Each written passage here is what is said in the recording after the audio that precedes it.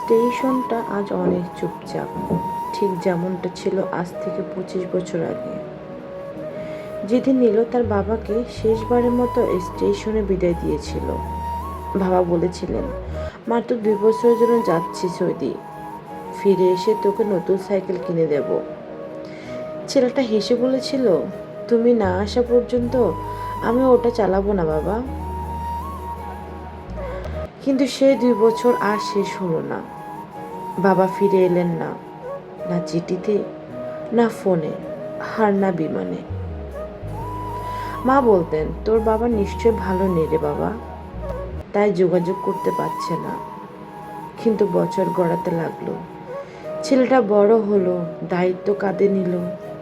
মাও চলে গেলেন সে অচিনপুরে, ছেলেকে একা রেখে। কিন্তু ছেলের সে অপেক্ষা আর শেষ হলো না। তবুও নিলয় থামেনি। এখনো প্রতিটা বছর ওই নির্দিষ্ট দিনে, বাবার যাওয়ার দিনটাতে, সে ওই স্টেশনে আসে, একটা পুরানো সাইকেল হাতে নিয়ে দাঁড়িয়ে থাকে শুধু একটা সম্ভাবনাময় অপেক্ষায়। এই বছরটা একটু আলাদা, কারণ স্টেশনে হঠাৎ একজন বৃদ্ধ মানুষ এসে দাঁড়ালো নিলয়ের পাশে। গায়ের রং পুড়ে যাওয়া, চোখের নিচে কালি, কিন্তু এক চিলতে চেনা হাসি। নীল তাকিয়ে বলে, চেনা লাগছে তো আপনাকে। বৃদ্ধ কাপা গলায় বলে, তুমি কি নিলয়? নিলয়ের গলা শুকিয়ে আসে। সে শুধু কাপা কাপা গলায় বলে, তুমি কি আমার বাবা? বাবা? বৃদ্ধ লোকটা কাঁদতে কাঁদতে বলে, আমি ফিরিনি, কারণ আমার মনে হয়েছিল আমার না থাকাই তুমি হয়তো ভালো থাকবে। আমি ব্যর্থ ছিলাম, কিন্তু আমি, বিশ্বাস করো, আমি এক মুহূর্তের জন্য তোমার কথা ভুলিনি। নীল কোনো কথা না বলে পুরনো সে সাইকেলটা সামনে এনে বলে, চলো বাবা, বাড়ি যাই এবার। সাইকেলটা এখনো তোমার অপেক্ষায় আছে যে।